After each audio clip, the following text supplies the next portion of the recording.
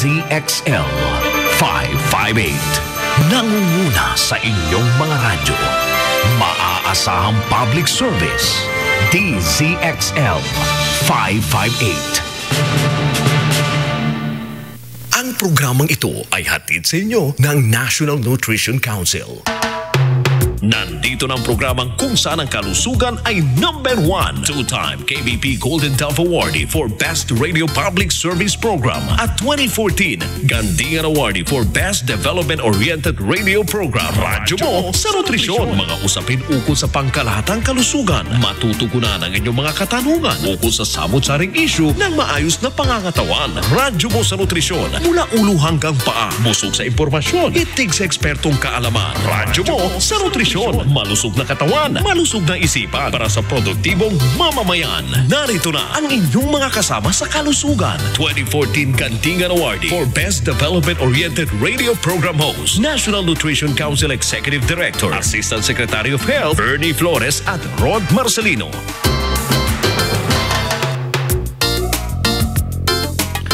Alam nyo ba na ang Pilipinas po ay ang pang-siyam sa mga bansa sa buong mundo na may pinakamataas na dami ng mga batang bansod? Ayon sa Global Report ng United Nations Children's Fund, ang batang sobrang bansod po ay 4 na beses na mas mataas ang tsansang mamatay. Ang stunting ay isa lamang sa sa mga masamang epekto ng maling nutrisyon sa unang 1,000 araw ng buhay. Ako po si Rod Marcelino at welcome po sa Radyo Mo sa Nutrisyon Year 6. Pag-usapan natin ang unang 1,000 araw kasama ang ating dinang sa wastong nutrisyon, ang National Nutrition Executive Director 4 at Assistant Secretary of Health, Bernie Flores. Magandang hapon, Magandang hapon, Rod. At syempre, magandang tanghali po sa mga kanutrisyon natin dito sa Radyo Mo sa Nutrisyon.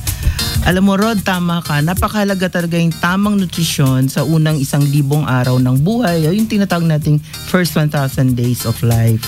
Ang unang 1,000 araw ng buhay ay nagsisimula sa unang araw na mabuo yung sanggol sa loob ng sinapupunan ng kanyang ina hanggang sa pagsapit ng kanyang ikalawang taon or second birthday. So yung 9 months, ma'am, sa sinapupunan ay 270 days. At bawat isang taon... May calculator pa kagad dyan. Gamit ko ang aking cellphone rito. Ine-estima ko. 270 days yun. 270 days. At bawat isang taon ay 365 days. Times 2 years ay 730 days. Kaya ang sumo total rito ay 1,000 days. Tama ba, Ase? Tama ka, Rod. Kala ko sa radyo ka lang magaling. Magaling ka rin para sa math, ha? Sa mathematics. Ang pagbibigay ng sapat at tamang nutrisyon sa unang 1,000 days ng bata ay itinuturing na pinaka-critical na pagkakataon upang maiwasan ng malnutrisyon at pagkamatay ng mga bata at sa halip ay magkaroon sila ng malusog at masaganang kinabukasan. At yan ang pagtutuunan natin ng pansin ngayong hapon, ang wastong nutrisyon sa unang 1,000 araw ng buhay at kung ano yung mga benepisyong hatid ng konseptong ito o estratehiyang ito sa bawat pamilyang Pilipino at sa bawat bansa sa buong mundo. At kasama natin ngayong hapon sa talakayan mga kanutrisyon, ang Chief ng Nutrition Policy and Planning Division ng National Nutrition Council, si Miss Maria Lourdes A. Vega. Magandang hapon po, Miss Vega. Magandang hapon din, Rod. Magandang hapon, Asek. Magandang hapon sa ating mga tagapakinig. Magandang hapon at welcome dito sa Radyo Mo sa Nutrisyon. Although balikbayan si Ma'am Didi. Nanggaling na ako dito dati. Balikbayan dito. Kaya di na ako kailangan sunduin. Hindi na bago. Hindi na first time ni Ma'am Didi dito sa programa. Correct. Anyway, Ma'am Didi, diretso na po tayo sa ating talakayan ngayong hapon. Ano po ba itong first 1,000 days of life at ano po ang konseptong nakapaloob po dito, Ma'am Didi? Gaya ng sinabi mo kanina, di ba? Yung first 1,000 days ng buhay, yun yung pagbubuntis at yung dalawang unang taon ng buhay.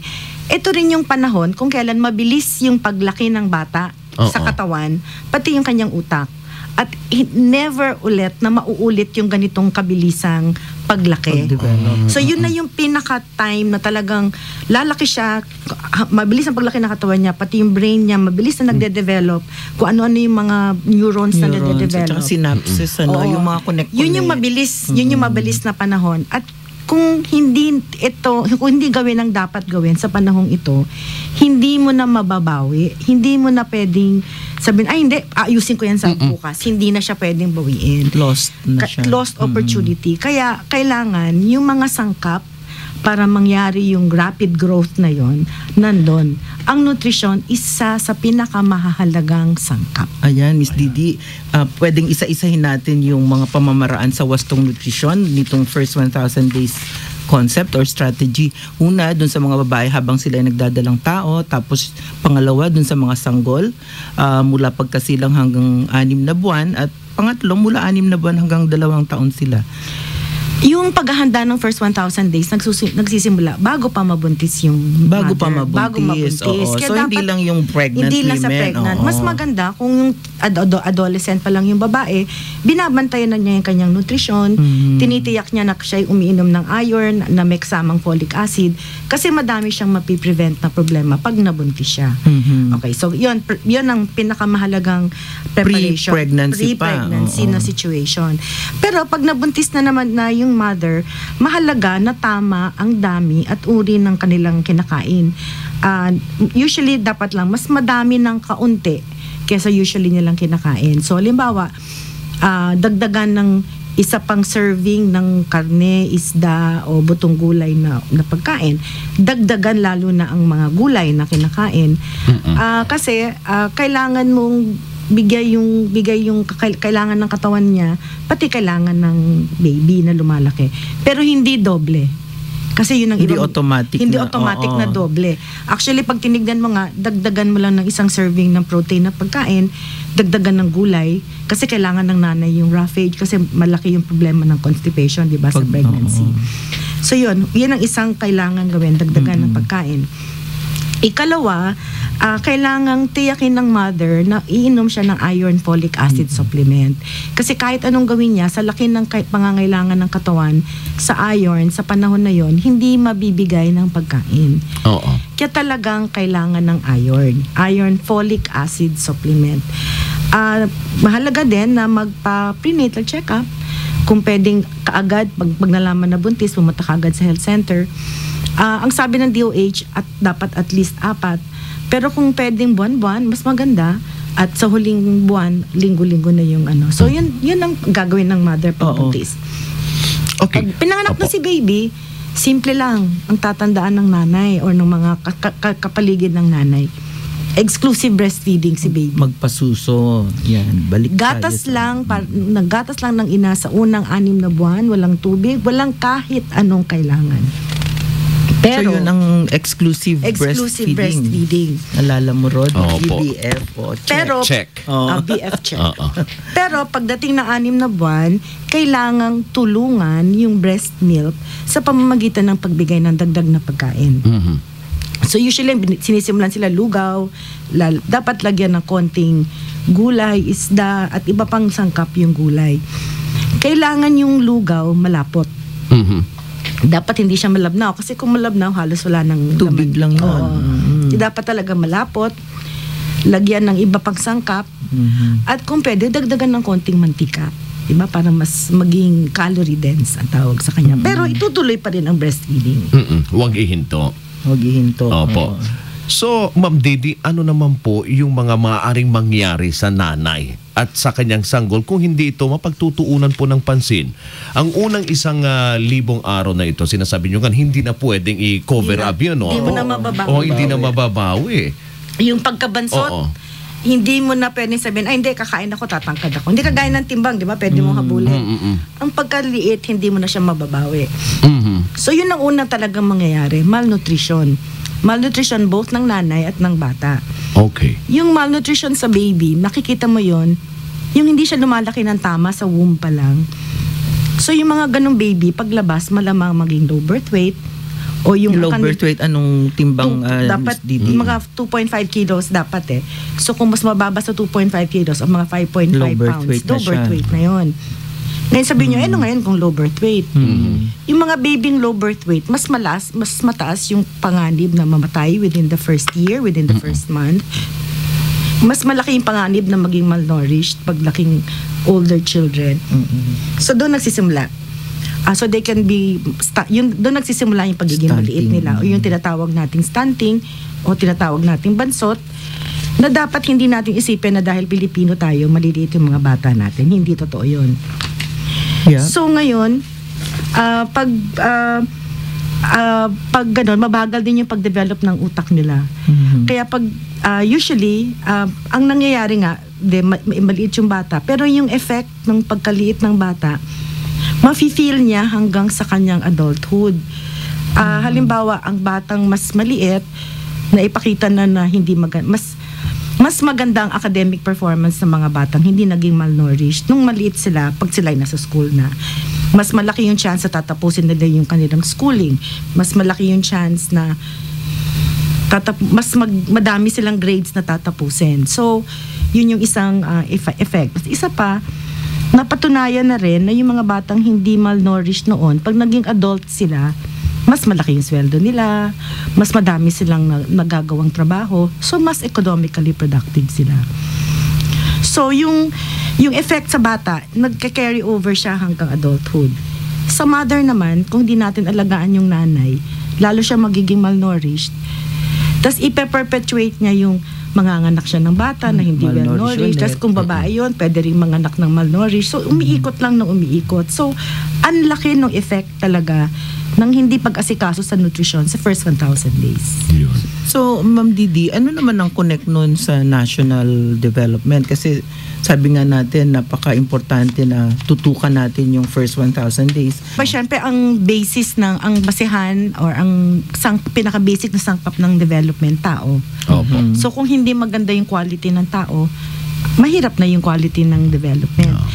Ngayon, ang ginawa ng mga eksperto sa global community, inaral nila ano yung effects ng malnutrition sa economic development. Sa ekonomiya So ngayon, tinignan nila yung mga pagsusuri. Ang kanilang mga konklusyon, una, pag maganda ang nutrisyon ng isang bansa, pwedeng mas mataas ang tinatawag na GNP or Gross National Product ng mga 11%. Ikalawa, may tinatawag na konsepto ng demographic dividend. Ibig sabihin, may panahon na yung population structure natin, mas madami na yung kumikita kaysa dun sa batang dapat suportahan.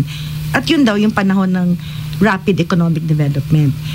So kung well-nourished yung mga bata, pagpasok nila sa ganung age na productive, di mas maganda kita kaagad sila. Oo, mas maganda yung kanilang kakayahan, mas maganda yung income nila. So mas maganda yung development. So yung boost, ang tawag doon yung boost the demographic dividend. Ikatlo, ipiprevent mo 1/3 ng pagkamatay ng mga bata na dapat hindi sila namamatay.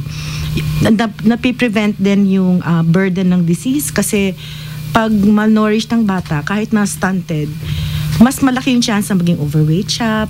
Pagdating ng adulthood, pwede siya magkaroon ng diabetes, mga ganyan. Minsan maaga pa niyang nagiging experience yon. Yep. Tapos gaya ng sabi ko kanina, nakita na pag-aaral na pag hindi malnourished yung bata, mas madali siyang magdagdag ng years of schooling.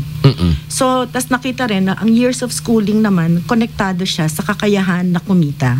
Mas malaki yung sweldo mo, yung ganyan. Tas yung, because of pag-ayusin natin yung malnutrition, mapiprevent mo yung poverty at mapupull out mo talaga yung mga pamilya sa poverty. At ang huli, mapuputol mo yung tinatawag na intergenerational na pagsasalin ng kahirapan at ng malnutrition. Yung sabi ni Ma'am Didi kanina na yung buntis na nanganak ng low birth weight, pag nanganak naman at malnourished, talagang iikot lang siya ng Iikot lang siya. dun sa ano. So, Ma'am Bernie, hindi lang pala sa ina, sa sanggol, kung hindi pati sa ekonomiya ng bansa may epekto. Siyempre. Okay, tumungo naman tayo, Rod, sa ating word for the week kasi importante rin. Mukhang akma rin yung ating word for the week at ito ay fetal programming. Fetal programming. Fetal programming. Ang salitang fetal ay tumutukoy sa fetus o yung nabubuong sanggol sa sinapupunan ng ina. Ang programming naman ay tumutukoy sa sunod-sunod na hakbang at paraan kung paano nabubuo ang isang bagay ayon sa nararapat na kahihinatnan nito. So So therefore, ang fetal programming ay ang konseptong nagsasaad na ang mga nagaganap sa sinapupunan habang unti-unting nabubuo ang fetus ay may malaking epekto sa magiging kalusugan ng katawan at isipan ng sanggol, hindi lang sa kanyang pagkabata kundi hanggang sa pagtanda. At itong konseptong ito ay nagsimula noon pang 1980s bunsod ng isang pagsusuri na ginawa ni David Barker, isang scientist mula sa England.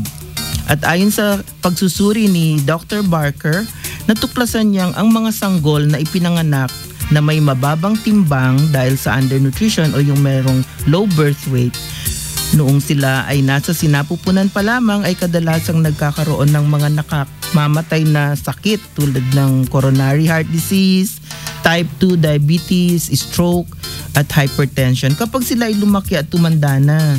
Biro mo yun na find out nila na habang sa loob ka pa lang ng tiyan ng mama mo, pwede ka na palang may risk to acquiring all these non-communicable diseases. So mula noon, nagkaroon na ng mga pagsasaliksik ang mga dalubhasa sa buong mundo tungkol sa mga bagay na maaaring makaapekto sa fetus tulad ng emotional stress, yung mga bisyo ng mga nanay nila, iba't ibang gamot at uri ng nutrisyon ng ina habang siya ay nagbubuntis.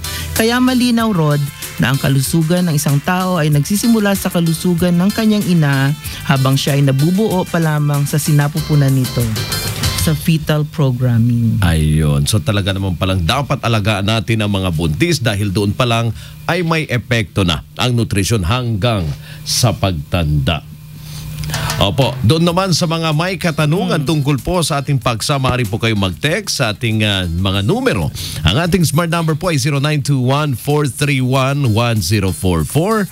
Ang globe number naman ay 0927-650-6795. Para sa mga gumagamit ng SAN, 0942-570-0106. O kaya tumawag mga kasama sa aming landline, 882-2374. 882-2374, 882-2378 at may 882-2376 din po tayo. Opo, marami. Okay. Para at least kung medyo busy yung 74, pwede sa 78 or sa 76. Pwede nyo rin po mapakinggan muli at mapanood ang ating episode ngayon at yung mga nakarang episodes mga kasama sa internet. Puntahan nyo lamang po ang Radyo Mo sa Nutrisyon channel sa www.youtube.com/Radyo Mo sa Nutrisyon Year 6. One word lamang po yung Radyo Mo sa Nutrisyon Year 6. At dalawang versions po yung mapapanood ninyo sa YouTube. Ang una po ay available agad-agad pagkatapos ng programa at ang ikalawang version po ay high definition na mapapanood ninyo simula alas 6 ng gabi sa YouTube.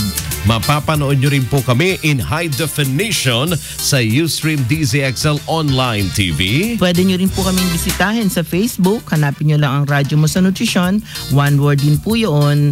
At i-like naman nyo lang po kami at Facebook, FB friends na tayo. Ayun. Mapapanood nyo rin po kami. At may Google pa pala, ma'am. Sa Twitter pa nga. Sa Twitter pa. Sundan nyo rin po kami sa twitter.com/Radyo Nutrisyon. One word din po yun. At i-add nyo na rin po ang Radyo Mo sa Nutrisyon sa inyong circle sa Google+. Ayan. Kaya walang dahilan po para hindi nyo po kami mapanood, maparadyo. Nyo talaga kami. Lahat ng paraan. Eto pa, mayroon pa, ma'am. Mapapanood nyo rin kami, mga kasama, sa Signal Digital TV Channel 209 at sa Dream Cable TV. At syempre, bisitahin nyo rin ang aming website sa nnc.gov.ph at ang aming official Facebook page na NNC Official. At para po sa mga gustong maki-interact, #Radyo Mo sa Nutrisyon Year 6. Yun, Asik Bernie, eto ng isa sa mga inaantabayanan ng ating mga tagapakinig, ang ating mga kanutrisyon. Oo. Ang text question of the day. Bawat isa sa unang 6 na makakapag-text po ng tamang sagot ay mananalo ng 100 pesos worth of cellphone loan. At saka agad-agad. Agad-agad siya. Oo. Ang makukuha nila yung premyo, ma'am. Correct. Ang tanong po mga kanutrisyon, magbigay ng 2 paraan upang magkaroon ng wastong nutrisyon ng isang sanggol sa unang 1,000 araw ng kanyang buhay. Hinimay-himay na ni ma'am. Opo, sinabi na kanina ni Ma'am Didi. I-text lang po ang inyong sagot sa ganitong format: full name, space, eksaktong address mga kanutrisyon. Ilagay ang street, barangay, bayan o lungsod at lalawigan. Space at ang inyong sagot at isend po sa 0917-579-6898. Mga kanutrisyon, patuloy lamang po kayong tumutog sa ating pagbabalik. Pag-uusapan naman natin ang mga paraan upang mapaigting ang advokasiyang ito ng First 1,000 Days of Life, a window of opportunity. Magbabalik po ang radyo mo sa nutrisyon. Radyo mo sa nutrisyon. Ang kampiyon ng 10 Commandments. Mang Moy, caller sa line 1. Hello? Mang Moy, pinagtatalunan kasi namin ni Mrs. kung hanggang kailan dapat i-breastfeed ang baby namin. Commandment number 2 yan. Sa unang 6 months ni baby, breastfeeding lamang. Mula 6 months, bigyan din siya ng ibang angkop na pagkain. Pero tuloy pa rin ang breastfeeding. 2 taon? O higit pa, para mas malubos ang nutrisyong nakukuha ng bata. Tama pala si Mrs. Sundin ang 10 Commandments para sa sigla at lakas ng buhay. Paalala ng National Nutrition Council ng DOH. Ano ang pangatlong commandment, Mang Moy? Commandment number 3. Kumain ng gulay at prutas araw-araw. Sa almusal, tanghalian at hapunan. 3 times a day? Oo ba? 5 servings o higit pa kada araw. Kailangan ito para humaba ang buhay. Mahilig kayo sa prutas at gulay, no? Correct ka dyan, Elmer. Paborito ka ang malunggay at kangkong. Panghimagas ko, saging, mangga, minsan, papaya. Pampakinis pati ng kutis, di po ba? Napansin mo, ha?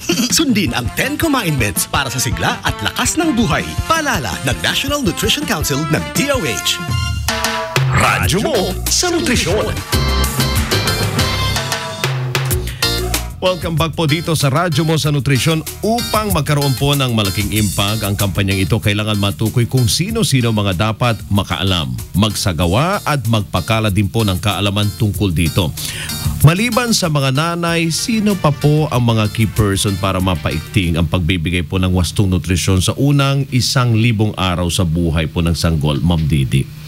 Madami. Marami po sila. Una, yung tatay. Okay. Dapat ang tatay, tutulungan niya ang nanay. Babantayan niya, kumakain ba ng husto, nagpapaprenatal ba.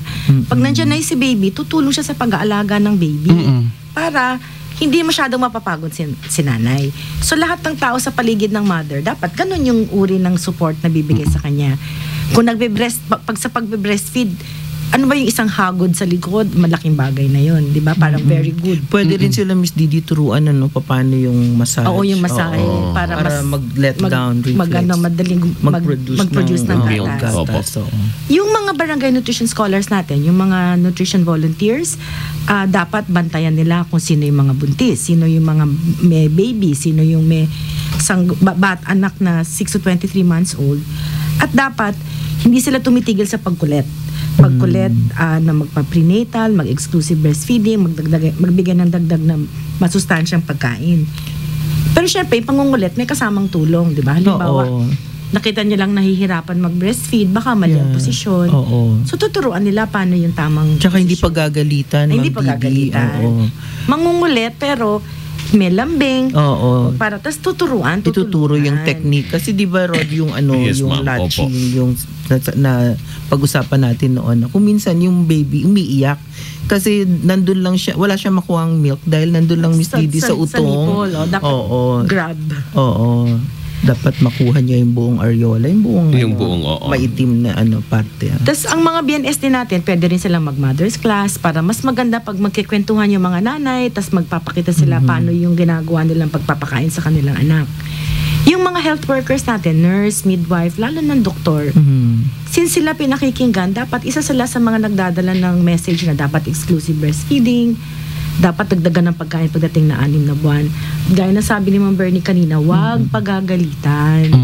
Kasi kung hindi pumupunta sa center ang mga nanay, isa yun sa mga dahilan, kasi pagagalitan lang po ako, ba't ako pupunta? Kasi mangot si Diba dapat hindi ganon, no? So, ayun, yung atin naman mga political leaders, mga barangay chairman, si mayor, si governor, sila naman dapat talagang magsasagawa sila ng mga programa. Talagang tanungin nila yung mga tao nila, ano ba ginagawa natin para sa nutrisyon? Anong dapat natin gawin pa?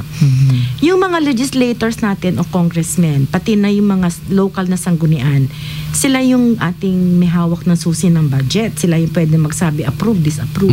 Sana talagang tignan nila yung budget at bigyan nila ng magandang pagtingin pag may mga propositions na related sa nutrition. Yung mga leaders natin sa DOH, sa DA, DSWD, Mga DOLE, ahensya. at iba pang ahensya, sana makita nila na yung ginagawa nila bilang agriculture o bilang labor and employment, malaki yung impact sa nutrition para mas madali yung pag-work together. Yung mga mass media, kagaya mo, Rod, o di syempre kayo. May role din pala kami. Kayo yung kasama sa mga magdadala ng mensahe. Yung ating business community, yung mga nasa academe. Kaya sabi ko nga kanina, ang dami. Pwede pa natin dagdagan to ng dagdagan. Ang mahalaga, bawat isa tutulong sa pagpapalaganap ng kaalaman, sa pagbabalangkas at pagsasagawa ng mga angkop na polisiya at programa, at yung simple lang mag-promote. Yung kunyari may nakita ka nagbe-breastfeed na mother sa mall. Wow, congratulations. Lapitan mo siya, sabihin mo, very good, you're doing a very good job. Kasi yung mga ganon, mga feel-gooders, diba? So lahat tayo may magagawa sa ating maliit na paraan. Pwede rin mas malaki. Ayun.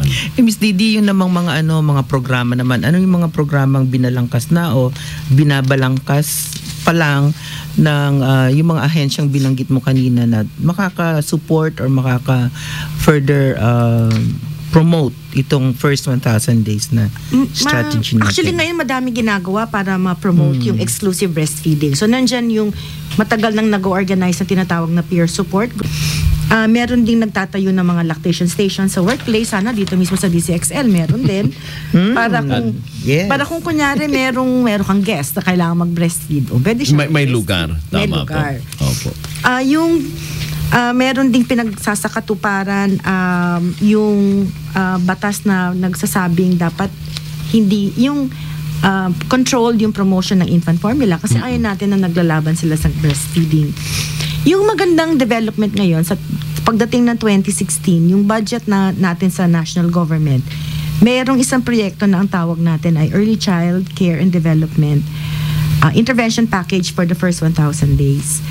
Malaking bahagi nito ay para sa pagpopromote ng tamang pagpapakain kay baby pagdating ng 6 na buwan. Kasi mukhang doon talaga yung isang problema natin, hindi nagbibigay ng tamang pagkain yung mga nanay.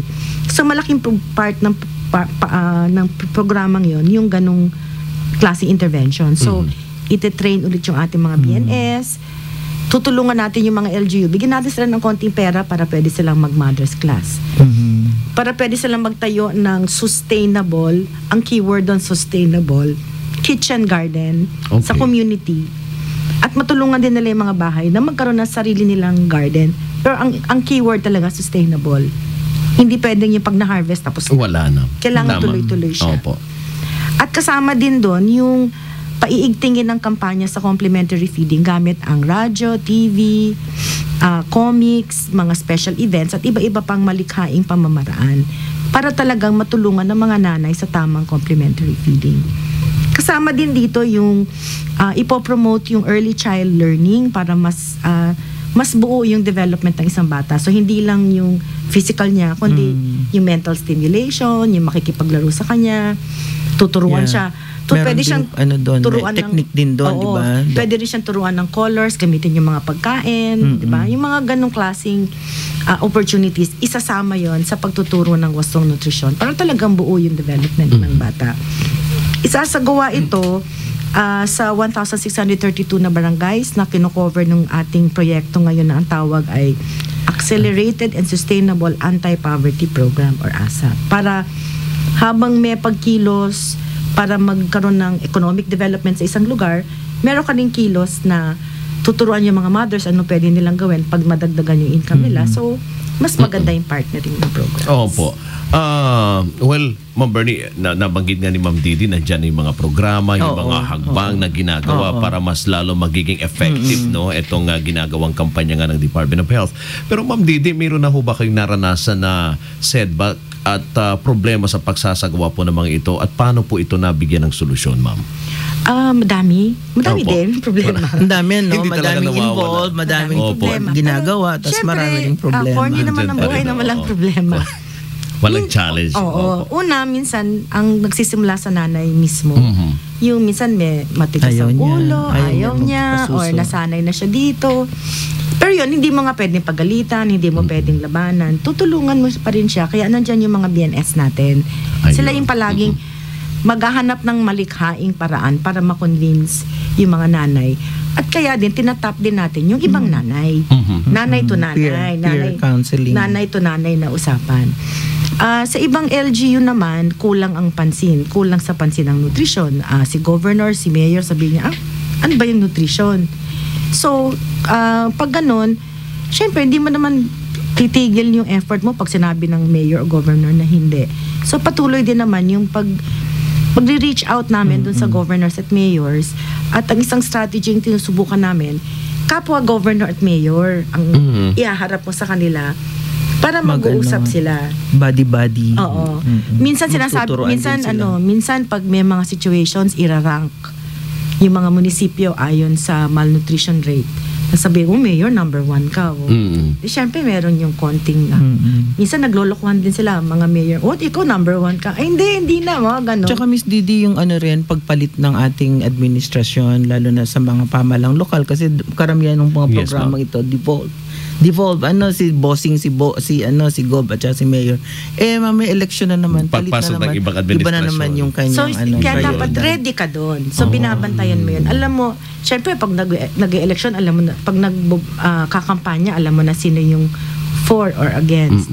So, nabubuo na rin yung strategiya mo. Depende kung sino lalabas. So, Miss Didi, sandali lang, bigyan natin ng daan itong nagtanong, si Nenita. Okay. Ang tanong po niya, totoo po ba na bawal ang kumain ng itlog pag may ubo at sinisipon, lalo na sa mga bata, dahil sa ito raw po ay malansa? Ang itlog, ang isang pagkain na dapat kinakain talaga. Yun ang... Saan naman nila nakuha yung ganong impormasyon? Hindi na natin tanungin kung saan nila nakuha. Kasi madami talagang marami talagang food fallacies, di ba? Pero sige ma'am, paki-explain yung itlog bakit. kasi, yun ang isa sa pagkain na halos kompleto siya. Masustansya. At pwede mo siyang ibigay kahit sanggol. Pag sanggol lang, yung malasado. O tsaka yung puti, titingnan mo lang kung kunyari kasi minsan nagkaka-allergy. Oo. Kaya konti lang. Oo. Ang sagot doon, hindi mo siya withhold altogether. Paunti-unti, pagbigay ng paunti-unti. Pero yung itlog, ang isa sa pinakamahalagang pwedeng pagkunan ng sustansya ng bata. So, kung may pinanggalingan man yan, wag naman sana itlog. Basta ang importante, pagka po may sakit ang bata, wag niyong i-withhold ang pagkain. Mas lalo pang pakainin. Kasi paano niya malalabanan yung sakit niya? Lalo na kung sipon-sipon lang at ubo. Diba? Oo. Okay, ito naman po, galing sa texter 9054, Miss Didi, sabi niya, salam. Tanong ko lang po, if yung bata na may TB at may gamot na iniinom, pag na-delay ba yung gamot, pag may na-delay ba yung gamot niya, may posibilidad na di na siya gagaling? Depende po sa delay, no? Anong delay? Baka mahaba. Kunyari isang araw lang. Hindi, Okay lang babalik mo yun. lang yun. Or baka wala ng pambil, naubos na yung gamot. Pero libre ang pang-TB. Ay, tama. Sa mga health center. Libre ang TB drug sa health center. Sa mga health center, tama. Sa mga TB dot. Texter 9054, kung ang problema niyo po ay pambili, punta po kayo sa health center. Kasi pa-register nyo sa TB Dots. Oo. At daily po kasi dapat iniinom yung gamot daily. Yun po, 6 months po yung gamutan dyan. Babalik-balik kayo dun sa health center to get a 1 month supply every time. So pag naubos yung 1 month supply, balik na naman kayo. Pero talagang hindi magiging dahilan yung wala kang pambili. Oo. Dahil libre. Kagaya nga sinasabi ni Ma'am Bernie. Okay, so pwede nating mag-recap, Rod. I-recap ko na ang ating naging talakayan para mas matandaan pa ng ating mga kanutrisyon. Nilalayon po ng estratehiya na first 1,000 days of life na mabigyan ng wastong nutrisyon ang bata mula sa umpisa ng pagbubuntis ng kanyang ina hanggang sa siya po ay maging 2 taong gulang. Ang tamang pagtugon sa pangangailangan pang nutrisyon sa loob ng first 1,000 days ay kritikal upang masiguro ang kalusugan at ang magiging kinabukasan ng isang bata. Una, ang pagtiyak ng tamang nutrisyon ng mga buntis at mga babaeng teenager na magkaroon ng sapat na iron at folic acid at life skills ay at gumagamit ng iodized salt para maprotektahan ang pagbubuntis. Ikalawa po, mula pagkasilang hanggang 6 na buwan ay dapat mapasuso ng eksklusibo ang sanggol. Ikatlo, mula 6 na buwan ang sanggol ay bigyan ng angkop at masustansyang complementary food habang patuloy ang pagpapasuso hanggang 2 taon o higit pa. At ang tagumpay ng advocacyang ito ay magbibigay sa ating bansa ng henerasyon ng mga malulusog at matatalinong bata na may malaking potensyal na paunlarin ang sarili, ang pamayanan at ang buong bansa. At yan po ang kabuuan ng ating naging talakayan ngayong hapon. Nakasama natin ngayong hapon mga kanutrisyon ang ating guest resource person na si Ms. Maria Lourdes A. Vega, Nutrition Officer 5 at Chief ng Nutrition Policy and Planning Division ng National Nutrition Council. Maraming salamat po, Ma'am Thank you very much, Ms. Didi. Thank you din. Baka meron pa po kayo mga nais maiparating sa ating mga kanutrisyon ngayong hapon bago ko tayo magtapos. Sana magtulungan tayong lahat para talagang mabigyan ng best care and nutrition ang nanay at si baby sa first 1,000 days. Tungkulin natin lahat yon, hindi lang para kay baby, kundi para sa Pilipinas. Okay, maraming salamat again, Miss Didi. Samantala, Rod, ito na yung 6 na nanalo ng tig 100 pisong cellphone load at nag-send ng tamang sagot sa ating text question of the week na magbigay ng 2 paraan upang magkaroon ng wastong nutrisyon ang sanggol sa unang 1,000 araw ng kanyang buhay. At ang sagot na nakuha natin sa discussion ni Ma'am Didi ay protektahan ang pagbubuntis, uminom ng iron with folic acid supplement, gumamit ng iodized salt, magpa-prenatal check-up, pasusuhin ang sanggol ng gatas ng ina lamang mula pagkasilang hanggang 6 na buwan, bigyan ng complimentary food ang sanggol pagsapit ng 6 na buwan at patuloy na pasusuhin hanggang 2 taon o higit pa. Pwede ko na magbasa ng mga nanalo. Eto na. Oo. Ang mga winners of 100 pesos sa cellphone load. Ang unang winner natin, ma'am, ay mula sa Calapan City Oriental, Mindoro. Congratulations to Ramil Buena. Ang kanyang sagot, exclusive breastfeeding. Iron and folic supplement. Okay. Ang pangalawang winner natin ay si Celso Natividad from Rojas, Bakit puro lalaki? Palawan. From Palawan. Prenatal check-up, iron and folic acid. Ang pangatlo, si Ellen San Diego from Acacia, Malabon City. Ito malapit lang. Okay, tama yung kanyang sagot. Pang-apat, si Rowena Sandoval from Barangay San Angel, San Jose de Buena Vista, Antique. Alright. Ang pang-5, ma'am, ay si Queenie Jane Embad from Poblacion 3, Roquero Street, Pigcawayan, North Cotabato. Pigcawayan. Ang pang-6 naman ay si Alma Cortez from Barangay Mabolo na Cavite. Ayun. Luzon, Visayas, Mindanao. Congratulations sa ating mga winner. Yan po ang ating naging talakayan ngayong hapon at sana ay nabusog na naman kayo ng kaalaman tungkol sa nutrisyon. At huwag po kayo mag-aalala mga kanutrisyon. Mari pa rin po kayo mag-text ng inyo po mga katanungan sa 0908-579-6898 at kahit wala na po tayo sa ere, ito ay sasagutin ng ating resource person na si Ms. Maria Lourdes A. Vega. Hindi po tayo magsasalo-salo sa isa na namang malusog na talakayan sa susunod na Sabado sa ganap na 12:30 ng tanghali dito po sa Radyo Mo sa Nutrisyon, DZXL 558. At tandaan mga kasama, dito po sa Radyo Mo sa Nutrisyon, bubusugin namin kayo sa impormasyon. Sisiksikin namin kayo ng mga tip tungkol sa tamang nutrisyon. At tutulungan namin kayong iwaksi po ang mga maling gawaing kumukontra sa mabuting kalusugan. Wastong nutrisyon, impormasyon. Solusyon, positibong aksyon. Tandaan lamang po, malusog na katawan, malusog na isipan para sa malusog na mamayan. Ako po ang inyong lingkod, Assistant Secretary of Health at Executive Director 4 ng National Nutrition Council, si Bernie Flores. At ako naman po si Rod Marcelino. Kami po ang inyong kabalikat sa kalusugan at wastong nutrisyon. Dito sa Radyo Mo sa Nutrisyon. May year 6. Oo, nakalimutan ko. Year 6. Thank you. Nutrisyon ang kasagutan para sa malusog na mamamayan. Ang programang ito ay inihatid sa inyo ng National Nutrition Council. Kabalikan niyo sa